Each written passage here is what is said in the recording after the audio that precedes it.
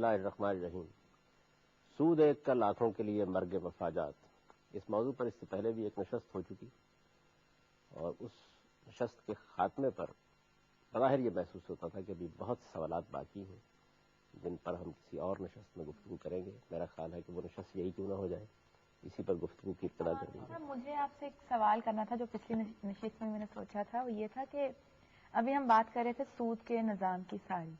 اگر دیکھا جائے کہ ہم لوگ جس طرح اب کسی شخص نے مکان بنانا ہے، گھر بنانا ہے، وہ اس کے لیے بینک سے قرضہ لیتا ہے اور اس پہ وہ کہتے ہیں کہ ٹھیک ہے آپ اس کو اتنے سالوں میں ریٹرن کریں اور اس میں آپ کو اتنا انٹرسٹ پے کرنا پڑے گا۔ تو ابھی ہم جس طرح بات کر رہے ہیں تو جو ایک ریزن سننے میں بھی آتی ہے، وجہ یہ بتائی جاتی ہے کہ جی جو آج پیسے کی ویلیو ہے وہ آج سے 20 سال بعد اس کی ویلیو یہ ہو جائے گی، اور یعنی اس کو بھی ایک ریزن، اس کو ایک بیس بنایا جاتا ہے انٹرسٹ لینے کی۔ تو اس کے بارے میں آپ کیا کہتے ہیں، یہ کہاں تک حقیقت ہے؟ پہلی بات تو یہ سمجھ لیجئے کہ مکان بنانے کے لیے جب آپ قرض لیتے ہیں تو مکان کا مالک اگر بینک ہے اور آپ قسطیں نہیں دے سکتے تو آپ سے مکان ہی لے گا، تو یہ سود نہیں۔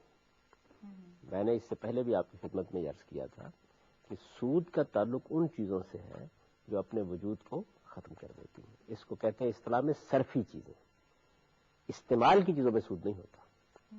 چنانچہ مکان کے لیے قرض لے رہے ہیں آپ گاڑی کے لیے قرض لے رہے ہیں، اس میں کیا ہوتا ہے؟ مثال کے طور پر بینک گاڑیاں دے رہے ہیں، گاڑی کا مالک بینک ہی ہوتا ہے۔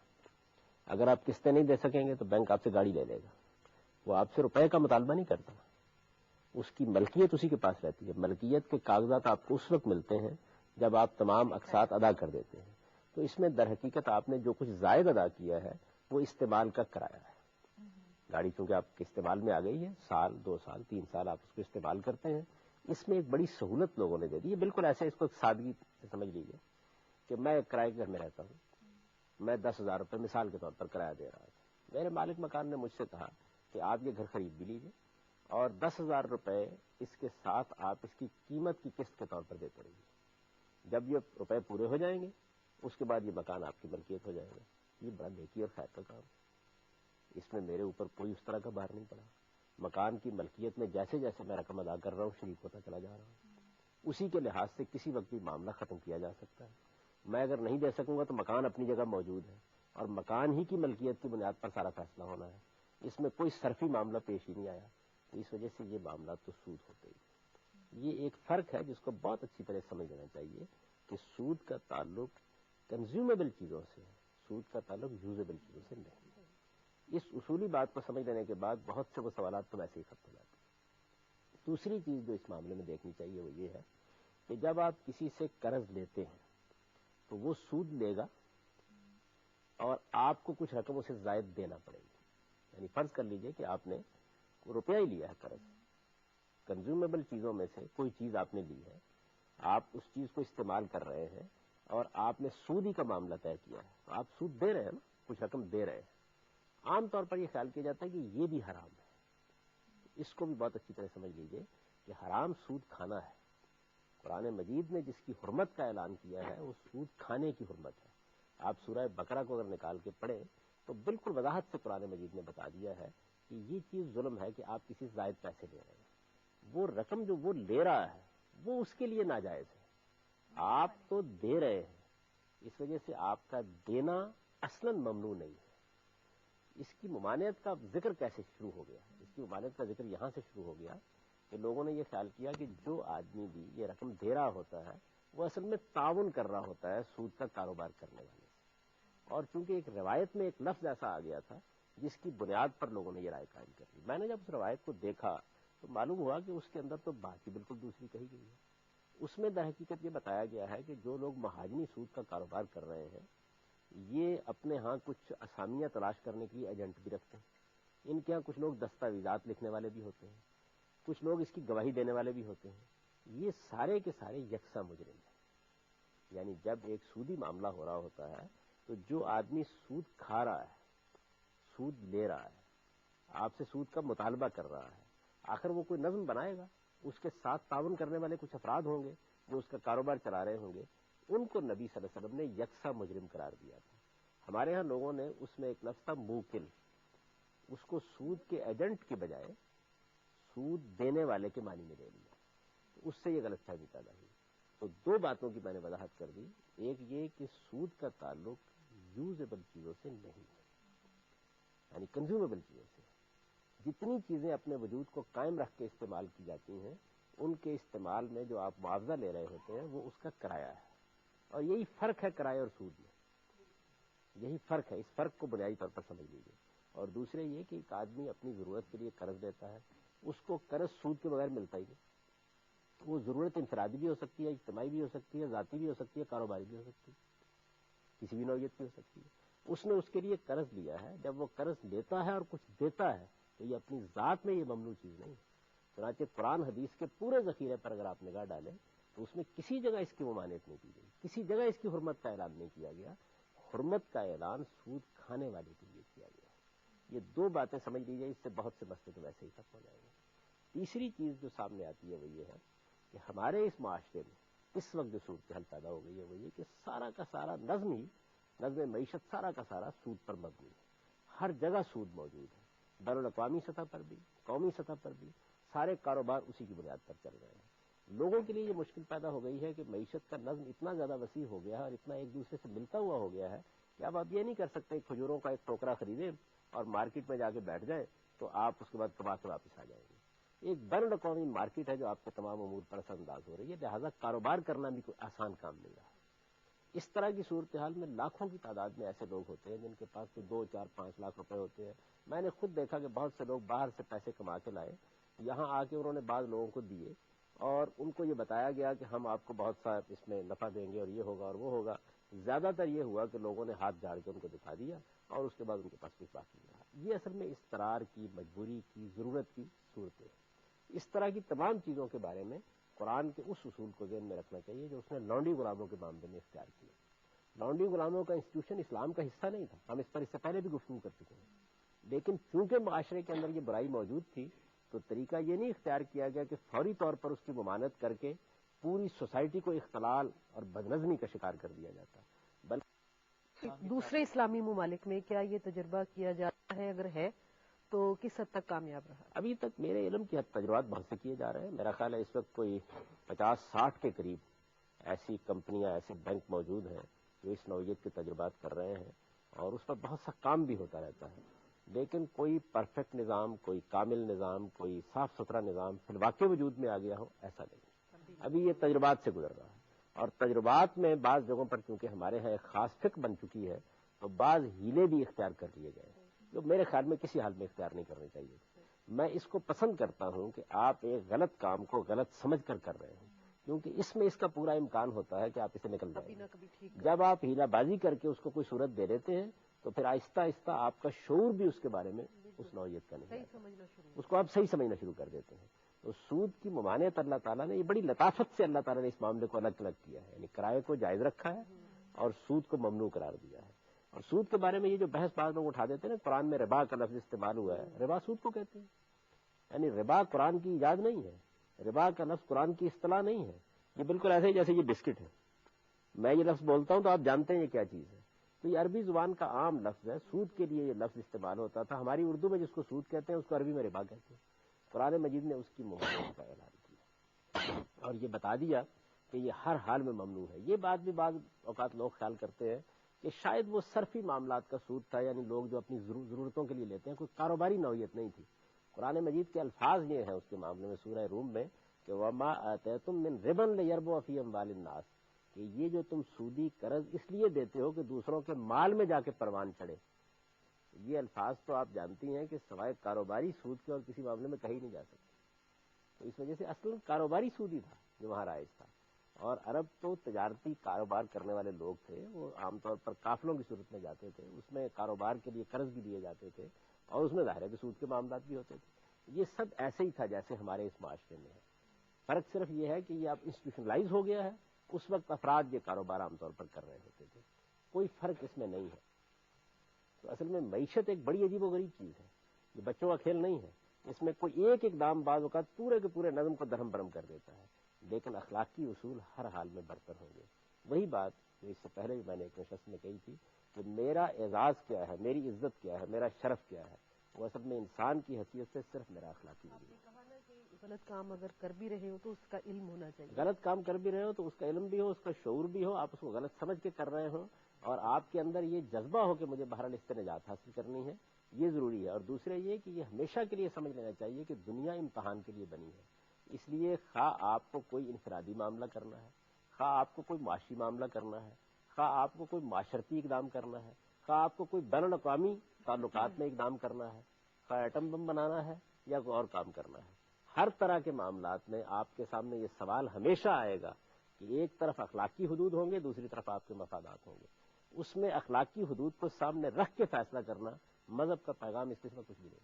تیار رہنا یعنی چاہیے. مجھ سے اگر آپ زندگی کے معاملے میں مذہب کے رول کو پوچھنا چاہتے ہو تو میں ایک لفظ میں یہ بیان کروں گا کہ ہر معاملے میں اخلاقی حدود کی برتری کو قائم رکھنا، یہی اصل میں ایک مذہبی انسان کا کام ہے. یہ جو سود ہے یہ سوسائٹی کے اندر کس قسم کا جو ہے وہ معاشرتی جو ہے قباحتیں پیدا کرتا ہے؟ جیسے کہ ایک برٹش جو ہے اکانومسٹ، اس نے لارڈ کینز، وہ کہتا ہے کہ اگر آپ سود کا مسئلہ جو ہے وہ حل کر دیں دنیا میں تو بے روزگاری کا مسئلہ حل ہو جائے گا. لائک دس کہ اس طرح کی سود جو ہے یعنی کہ اگر اس کو ختم کر دیا جائے سوسائٹی سے تو اس کی جو ہے وہ پازیٹیو کیا صورتحال ہے اور اس کی نیگیٹو قباحتیں. اس بار میرے بھائی بڑی بحثیں ہوتی رہتی ہیں. ہمارے ایک بڑے بزرگ ہوتے تھے شیخ محمود صاحب، انہوں نے مین اینڈ منی کے نام سے بہت اعلیٰ کتاب لکھی ہے. اس کتاب کا انہوں نے خلاصہ کیا اپنی زندگی میں سود کی متبادل اساس کے نام سے. اس کے شروع میں انہوں نے یہ جو علامہ اقبال نے کہا نا کہ سود ایک کا لاکھوں کے لیے مرگ مفاجات، اس مصرے کی تشریح کی ہے گویا عملاً، اور اس میں کوئی 16-17 کے قریب عنوانات قائم کر کے یہ بتایا ہے کہ سود معیشت پر کس برے طریقے سے اثر انداز ہوتا ہے. اس طرح کی بہت سی چیزیں لوگ لکھتے ہیں اور بہت سے دوسرے لوگ اس تجزیے سے اختلاف بھی کرتے رہتے ہیں. میں کہتا ہوں زیر بحث مسئلہ یہ ہے ہی نہیں. اصل معاملہ یہ ہے کہ آپ کو وہ روپیہ لینے کا اخلاقی حق ہے یا نہیں.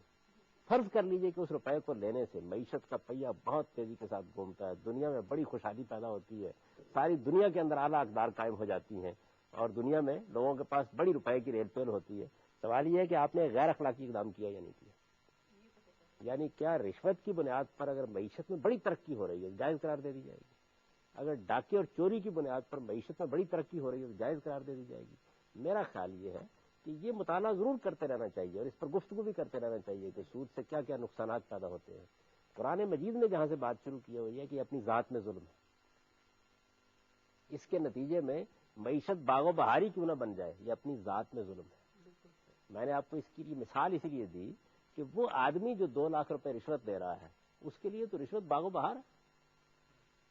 یعنی اس کے بچوں کی تعلیم ہو رہی ہے، اس کو اعلیٰ گھر میسر ہے، اس کے پاس گاڑی ہے، اس کے پاس ساری ضرورت کی چیزیں موجود ہیں. اس کے زاویے سے اگر آپ دیکھیں تو قومیں بھی ایسے ہی دیکھتی ہیں معاملات کو. لیکن آپ رشوت کے جواز کا فتویٰ دے دیں گے، وہ اخلاقی برائی ہے، اس کو ہر حال میں اخلاقی برائی رہنا چاہیے. بالکل اسی طرح سے سود اپنی ذات میں ایک اخلاقی برائی ہے. جیسے اکانومی کی بات ہو رہی ہے، اکنامک اسٹرکچرز کی بات ہو رہی ہے، یہیں پہ سود یا انٹرسٹ کے ساتھ ساتھ ایک اور بڑا فنڈامنٹل کویسچن جو ہماری سوسائٹی کے اندر بھی اٹھتا ہے اور پوری دنیا میں اس کے اوپر بات کی جاتی ہے، وہ لینڈ ہولڈنگز یا وراثتی زمین یا اس کے اونرشپ کے اوپر بات آ جاتی ہے، لینڈ لارڈزم کے اوپر بات آ جاتی ہے. میرا ذاتی احساس یہ ہے کہ یہ سوال در حقیقت ایک اور جگہ سے پیدا ہوا ہے. دیکھیے یہ کہ آپ کے پاس ایک زمین کا ٹکڑا موجود ہے، آپ نے اس زمین کے ٹکڑے کو خود کاشت کر لیا، آپ نے کسی دوسرے کو اس میں شریک کر لیا، آپ نے کوئی ایسا معاملہ کر لیا کسی آدمی کے ساتھ کہ وہ کاشت کرے اور آپ کو اس کا کچھ حصہ ملتا رہے. یہ سب کچھ آپ زندگی کے مختلف معاملات میں کر رہے ہوتے ہیں. اگر اس اصول کو تسلیم کر لیا جائے تو کرائے کا گھر بھی دینا آپ کے لیے جائز نہیں رہے گا. اس وجہ سے میں نہیں سمجھتا کہ اصل چیز یہ ہے. اصل بات یہ ہے کہ یہ جو ہندوستان ہے جس کا ایک حصہ پھر پاکستان کی صورت میں ایک دوسرے ملک کے وجود پذیر ہو گیا، آپ کے علم میں ہونا چاہیے کہ یہاں جتنی اراضی ہے یہ ساری کی ساری اسٹیٹ کی ملکیت تھی. یعنی انگریزوں کے آنے سے پہلے ہندوستان کی ساری اراضی ریاست کی ملکیت تھی. ریاست تعلقہ دار مقرر کر دیتی تھی، یعنی کسی ایک آدمی کو 10 مربع 20 مربع دے دیے جاتے تھے اور اس پر ذمہ داری ڈال دی جاتی تھی کہ وہ ریاست کی یہ خدمات انجام دیتا رہے گا. وہ اس کا ایک طرح سے نگران ہوتا تھا. ریاست جب مناسب سمجھتی تھی اس کو معزول کر کے کسی دوسرے کو ذمہ داری دے دیتی تھی. اس طرح ہمارے ہاں جاگیرداری کا کوئی تصور نہیں تھا. وہ حق وراثتی نہیں، وہ حق نہیں، وراثت میں منتقل ہوتی رہتی تھی، لیکن ایسا نہیں تھا کہ وہ حق کوئی ابدی یا مستقل حق ہوتا تھا. اس کو جب چاہے ختم کیا جا سکتا. عام حالات میں آپ کے بچوں کی طرف منتقل ہو گئی یا وہ بھی نظم و نسق چلا رہے ہیں، اگر ریاست کا نظم اس پر مطمئن ہے تو چلتا رہے گا، اگر نہیں تو آپ کو اس سے معزول کر دیا جائے گا. انگریزوں نے یہاں آ کر انہی زمینوں کو لوگوں کو دینا شروع کیا. یعنی انہوں نے بڑی بڑی جاگیریں دی لوگوں کو, اور ظاہر ہے اسی اصول پر دی کہ وہ لوگ جو ان کے ساتھ دینے کے لیے تیار ہوئے, جو لوگ آزادی کی جدوجہد کر رہے تھے, ان پر مظالم توڑے, اس طرح کے معاملات ہوئے, تو انہوں نے اس موقع پر بڑی بڑی جاگیریں قائم کی. اصل میں یہ جاگیریں ہیں جو ہمارے ہاں جاگیرداری نظام کی بنیاد بنی ہے. اسلامی سلطنتوں میں, مسلمان ریاستوں میں اس کا کوئی تصور نہیں تھا. اس کی وجہ یہ تھی کہ سیدنا عمر رضی اللہ عنہ کے زمانے میں یہ مسئلہ پیش آ گیا تھا, جب سواد عراق کی زمینیں, یہ بڑی زرخیز زمینیں ہیں ساری, دجلہ اور فرات کے وادیوں میں جو زمینیں ہیں بڑی زرخیز زمینیں ہیں, یہ زمینیں جب لاکھوں ایکڑ کی صورت میں مسلمانوں کو حاصل ہوئیں تو یہ سوال ان کے زمانے میں پیدا ہوا کہ ان کا کیا کیا جائے. تو آپ کے علم میں ہوگا کہ کچھ 6 دن کی ایک بڑی مفصل گفتگو ہوئی جس میں شورا منعقد کی گئی اور بہت اختلافات ہوئے اس میں. اس کے بعد سیدنا عمر رضی اللہ عنہ یہ فیصلہ کرانے میں کامیاب ہو گئے کہ یہ ساری اراضی, یعنی ساری اراضی کا مطلب تھا کہ اس وقت کوئی 20-21 ممالک کی اراضی, بہت بڑی سلطنت قائم ہو گئی تھی, تو وہ یہ فیصلہ کرانے میں کامیاب ہو گئے کہ یہ ساری کی ساری سرکاری ملکیت میں رہے گی, یعنی یہ آپ پرائیویٹ اونرشپ میں نہیں دیں گے. یہ ایک بڑا غیر معمولی فیصلہ تھا. اس لیے ہمارے ہاں جاگیرداری نظام کا کوئی تصور ہی نہیں تھا. یعنی یہ جو ہم فیوڈل سسٹم کے بارے میں باتیں پڑھتے ہیں, یہ اصل میں یورپ کی باتیں ہیں. وہاں فیوڈل سسٹم موجود تھا, وہاں کی بادشاہتیں اس کی بنیاد پر قائم تھی, نوعیت بالکل مختلف تھی. انگریزوں نے یہاں کے جاگیرداری قائم کی. اس کو ہر حال میں ختم ہونا چاہیے. اس کا زمین کی ملکیت اور عدم ملکیت سے کوئی تعلق ہی نہیں ہے. اس کے اگینسٹ اگر کوئی اپنی ایفرٹ سے ایکومولیٹ کر رہا ہے لینڈ, وہ ایک علیحدہ بات, وہ بالکل ایک الگ چیز ہے. اس کو ہر حال میں ختم ہونا چاہیے. سرکاری زمین سرکاری کے پاس آنی چاہیے اور اس کو سرکاری سطح پر ہی منظم ہونا چاہیے. یہ بالکل ایک الگ معاملہ ہے اور وہ بالکل ایک الگ معاملہ ہے. میرے نزدیک اس کو خلط ملط کرنے کے نتیجے میں بڑی بحثیں پیدا ہو جاتی ہیں. اچھا غامدی صاحب, میں اسی ضمن میں سوال کرنا چاہوں گا کہ ہمارے ہاں ایک کنسیپٹ پایا جاتا ہے کہ پراپرٹی کو گروی دے دیا جاتا ہے, کچھ حصہ یا ساری پراپرٹی کو. اس سلسلے میں بعض علماء یہ کہتے ہیں کہ پراپرٹی پہ اگر کوئی گروی دے دیا گیا ہے تو اس پہ اگر تھوڑا سا کرایہ لے لیا جائے کوئی ایک حد تک, تو وہ سود کی شکل میں نہیں آتا, اس کے ضمن میں نہیں آتا. اگر کرایہ لے بھی جائے, بعض علماء کی یہ نزدیک ہے اگر سب کچھ لے لیا جائے, کرایہ بھی لیا جائے یا نہ لیا جائے, تو ٹوٹلی سود کے زمرے میں آتا ہے. تو اس سلسلے میں آپ کیا کہیں گے؟ یہ بات یہ ہے کہ گروی کا مطلب کیا ہوتا ہے. گروی کا مطلب یہ ہوتا ہے کہ آپ نے مجھ سے قرض مانگا, آپ نے مجھ سے کہا مجھے 2 لاکھ روپے چاہیے. میں نے آپ سے کہا کہ یہ 2 لاکھ روپے میں آپ کو دے رہا ہوں, لیکن اس کے ساتھ آپ کو اپنا مکان میرے پاس ضمانت کے طور پر رکھوا دینا. پہلی بات تو یہ سمجھ لیجئے کہ اسلام میں یہ جائز ہی نہیں ہے. قرآن مجید یہ کہتا ہے کہ یہ معاملہ صرف اس وقت کیا جا سکتا ہے جب کہ دستاویز لکھنا ممکن نہ ہو اور قانونی طریقے سے آپ اپنے قرض کا تحفظ نہ کر سکیں تو آپ یہ لے لیں. اور سفر میں چونکہ یہ صورتحال ہوتی ہے تو سفری کے باب میں اس کی اجازت دی, اور قرآن کے الفاظ یہ ہیں کہ جیسے ہی تم سفر سے آؤ اور تمہارے لیے دستاویز لکھنا ممکن ہو جائے تو گروی رکھی ہوئی چیز فوراً واپس کرو اس آدمی کو. تو اول تو یہ کوئی جائز معاملہ ہی نہیں, پہلی بات یہ. اچھا فرض کیجئے کسی صورتحال میں آپ نے ایسا کر بھی لیا, تو مکان آپ نے رکھ لیا. اب سوال یہ ہے کہ میں نے تو آپ کو 2 لاکھ روپے قرض دیا ہوا ہے نا, تو یہ جو میں کرایہ آپ سے لے رہا ہوں یا کسی اور سے کرایہ لے رہا ہوں, یہ میں فائدہ اٹھا رہا ہوں آپ سے. سود اور ہوتا کیا ہے؟ ٹھیک ہے, یعنی یہاں تو میں نے دوہرا کام کر لیا ہے. ایک طرف میں کرایہ لے رہا ہوں سود کے طور پر, اور دوسری جانب میں نے مکان بھی اپنے قبضے میں رکھا ہوا ہے. تو میرے نزدیک یہ کسی طرح بھی جائز نہیں ہے, ہر حال میں نہ جائے. یہ بڑی خوشی کی بات ہے کہ آج مکالمہ کا ہمارا 50واں پروگرام ہے, تو اس اثناء میں اتنی بصیرت افروز آپ کی گفتگو سنتے رہے, اور بہت سے لوگ ہمیں ملتے ہیں دن بھر جو ہم بڑے رشک سے ہمیں کہتے ہیں کہ آپ تو اپنے دل کے سوالات کر لیتے ہیں, لیکن ہم نے اپنی بات پہنچانی ہو, غامدی صاحب سے پوچھنا ہو, تو اس کا کیا طریقہ ہونا چاہیے؟ کیا خیال ہے آپ کا کہ لوگوں کو ای میل کی اور خطوط کی دعوت دینی چاہیے؟ مجھے کیا اعتراض ہو سکتا ہے جی؟ میں نے آپ لوگوں کے آنے پر کبھی کوئی اعتراض کیا؟ تو آپ تشریف لاتے ہیں, گفتگو میں شریک ہوتے ہیں, اگر دوسرے لوگ بھی شریک ہو سکتے ہیں اور اس کا اہتمام کیا جا سکتا ہے تو ضرور کر لیجیے. یہ تو اصل میں ایک بے تکلفانہ گفتگو کی مجلس ہے, اور اس میں سمجھتا ہوں کہ پورے ملک سے لوگ شریک ہو سکتے ہیں, اس میں کوئی معنی نہیں. ناظرین, اگر آپ خطوط کے ذریعے اپنے سوالات بھیجنا چاہیں تو اس کے لیے میں آپ کو پوسٹل ایڈریس بتا دیتی ہوں. انچارج پروگرام مکالمہ, Pakistan television centre, 21 Mahmood Ghaznavi road, Lahore. اور اگر آپ ای میل کرنا چاہیں تو اس کے لیے mukalma@ptv.com.pk. مکالمہ کے آپ کو سپیلنگ بتا دیتی ہوں, MUKALAMA, مکالمہ@ptv.com.pk. تو اس طرح سے ای میلز آ جایا کریں گی اور خطوں کے ذریعے سوالات تو لوگ بھی براہ راست ہمارے پروگرام میں شریک ہو جایا کریں. اس نشست کا وقت بھی اب ختم ہو رہا ہے اور اگر اللہ تعالیٰ نے توفیق دی تو ہم اس پروگرام کو جاری رکھیں گے. 50 پروگرام ہو گئے, اس پر اللہ کا جتنا شکر کیا جائے کم ہے.